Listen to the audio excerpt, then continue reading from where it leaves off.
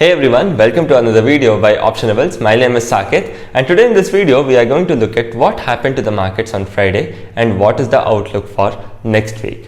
So when we actually look at the US markets on Thursday, so they were quite positive. Nasdaq almost went up by 3% and even Dow Jones and S&P were up almost around 1.5–2%.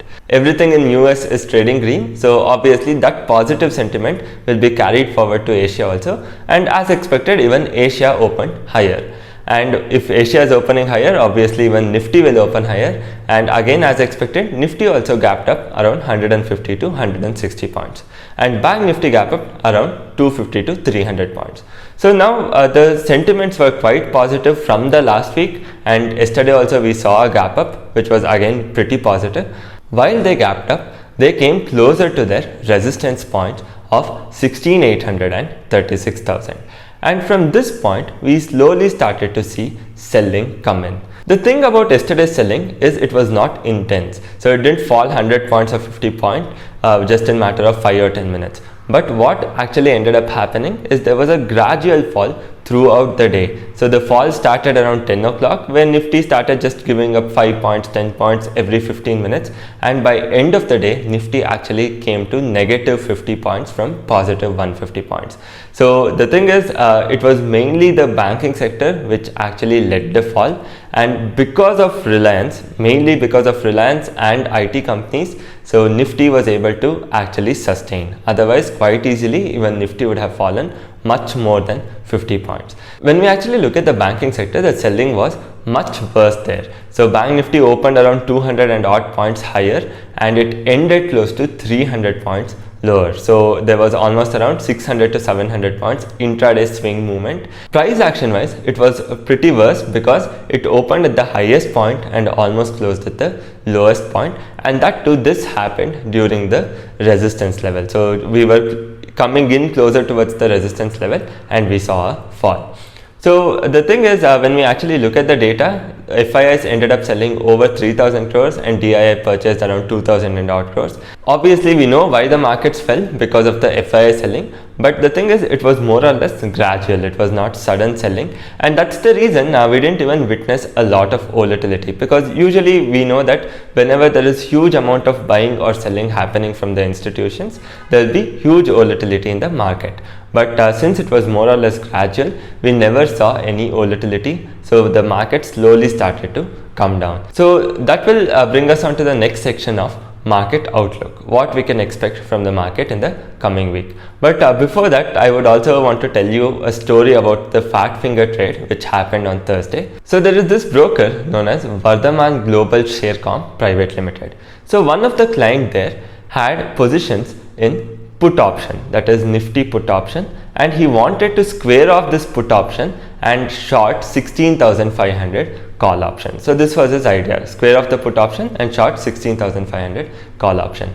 So instead what he ended up doing is, by mistake, he ended up shorting 14,500 call option. So all of us know when such an option is so much deep in the money, the liquidity here will be very less. And when we are talking about 14,500, it is pretty obvious that the intrinsic value itself will be more than 2,000 rupees because Nifty was trading around 16,500.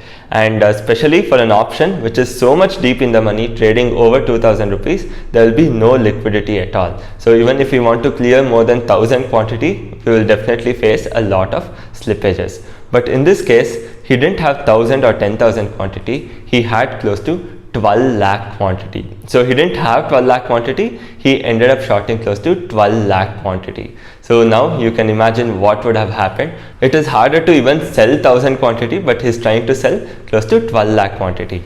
And the price at which it was trading initially was 2,160 rupees. This was the intrinsic value. And because he hit such a big sell order at the market, the average price or average traded price of this contract came to around 399 rupees. Because these trades were hit at the market, so the first trade which initially took place at 2,160 and the last trade took place at 0.15 rupees. So there was a huge difference between the first trade and the last trade, and the average rate was somewhere close to 399 rupees. So for an option which was trading at 2160, which was the intrinsic value of the option, the average trading price came to 400 rupees or 399 rupees. So now you can imagine this is not just on 1000, it is on 12 lakh plus quantities. So what would have happened? Obviously, a huge loss would have been incurred by the firm. So how much is the loss? The loss is estimated anywhere between 200 to 250 crores, and all of this happened within 5 minutes. The thing here is they have realized that by mistake they have shorted the wrong option. So they didn't want to short 14,500. Instead of clearing the put and shorting 16,500 call option, they have shorted the wrong call option. So now obviously they have to square off the position, because what if the market starts going higher and they have short such deep in the money call option, and if they had shorted 16,500, maybe they can even adjust, but what adjustments will you even do for 14,500 call option? And that too, there is no liquidity also. And eventually they had sold at an average rate of 400, and now they had to square up. While they were squaring up, again the rate shot up quite a lot and came towards 2,160, and overall they incurred a loss of close to 200 to 250 crores. So now they have also written to SEBI a letter which states to look into the matter. But what will even SEBI do? Because the trades have already taken place, we don't know if they will come up with any relief. But in my opinion, there should be no relief. Because these trades have happened because of the manual error. So if they are going to rectify it for the bigger clients, so nobody is going to rectify it when it happens to a smaller client. So now if they are rectifying it, then it would be quite unfair on the part of retailers. So in my opinion, there will be no rectification done or no compensation also given. So we should see what will end up happening. So now we will also discuss about the market outlook for next week. And coming to the market outlook, as we saw last week, the market was fairly bullish, and we also saw Nifty broke 16,400, which was a crucial level of resistance for Nifty. And once Nifty broke that, this level will now act as a very strong support also for Nifty. So unless Nifty actually ends up breaking 16,400, I still remain to be bullish on the market. Again, this is our personal view, and I would recommend you to consult your financial advisor. So we are bullish on the market up until Nifty breaks 16,400 on a closing basis. And now coming to Bank Nifty, again 34,700, 800 level was a level of resistance for Bank Nifty entire last month. We saw Bank Nifty breaking these levels with quite good volumes, and again this is expected to be a good support for Bank Nifty in the coming week. So the thing is, on the lower side we have supports coming in at 16,400 and 34,700, and on the higher side, yesterday we saw that when market opened around 16,800, it was not able to break 16,800, and also 16,800 was a very strong support for Nifty on the weekly chart couple of months back. And that's the reason this will act as a very strong point of resistance as of now. And for Bank Nifty, 36,000 will be a very strong resistance.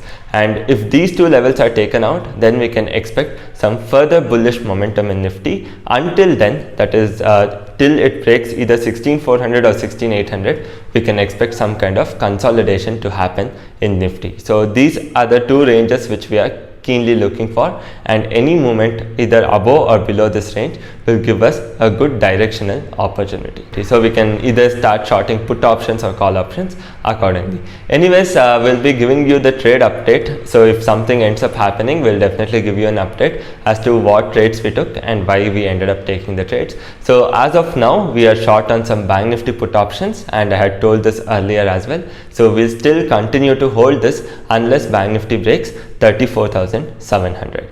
So that's for the market outlook for next week. So we can't tell much unless we see so what exactly happens day after tomorrow. Yesterday even US has closed lower, so Nasdaq was almost down 2%, and even Dow Jones was down almost around 0.8%. But one thing, the selling didn't continue, so it opened lower and more or less consolidated there throughout the day. So let's see how it goes tomorrow. SGX Nifty is right now indicating a gap down of 100 points. But one thing what we know is whenever SGX has indicated a negative start, those days we have usually closed in green, and whenever SGX Nifty has indicated a positive start, we have closed in red. And this is the thing which is happening for the last 2 weeks, and if the same thing continues, then Monday also will be closing in green, because right now SGX is showing a red.